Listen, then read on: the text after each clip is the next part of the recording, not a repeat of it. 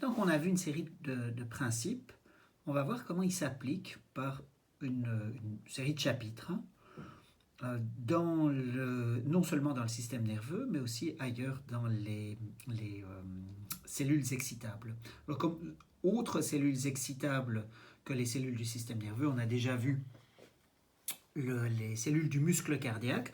Mais voyons maintenant ce qui peut se passer au niveau du muscle squelettique. Donc, dans ce qui va venir, on va se demander comment les muscles se contractent. On va retrouver une synapse là, une synapse d'un axone, un axone qui vient du système nerveux périphérique. Ce sont des axones de ce qu'on appelle les motoneurones alpha. Alors, voici une coupe de moelle épinière.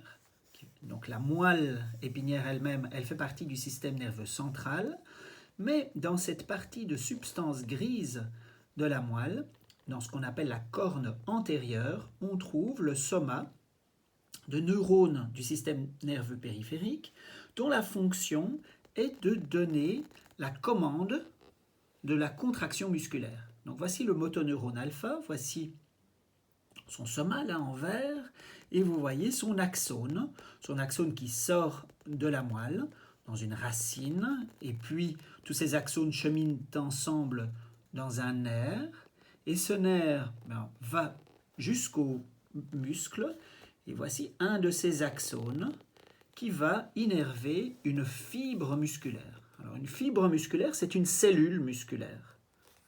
Elle est très longue, enfin, elle est plus longue que ce qui est représenté ici relativement, et une fibre musculaire, vous voyez, reçoit cette innervation d'un motoneurone alpha. Alors un même motoneurone alpha peut aller innerver d'autres fibres musculaires. Est-ce que c'est représenté ici? On y reviendra. On reviendra sur cette notion du motoneurone alpha qui innerve, voilà, un même motoneurone alpha qui va innerver plusieurs fibres musculaires, et toutes les fibres musculaires innervées par un motoneurone alpha s'appellent une unité motrice.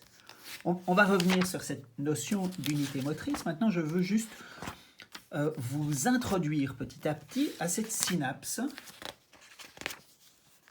à la synapse qu'on va avoir entre le motoneurone alpha et la fibre musculaire.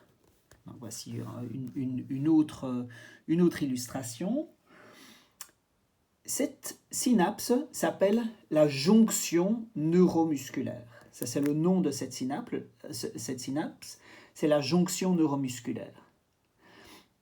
C'est une synapse entre deux cellules excitables. La cellule présynaptique, c'est le motoneurone alpha, et la cellule postsynaptique, c'est bien la fibre musculaire. Quand je vous dis que la fibre musculaire est une cellule excitable, ça veut dire que sa membrane est excitable, que sa membrane peut produire un potentiel d'action si le seuil d'ouverture des canaux sodique voltage dépendants est atteint.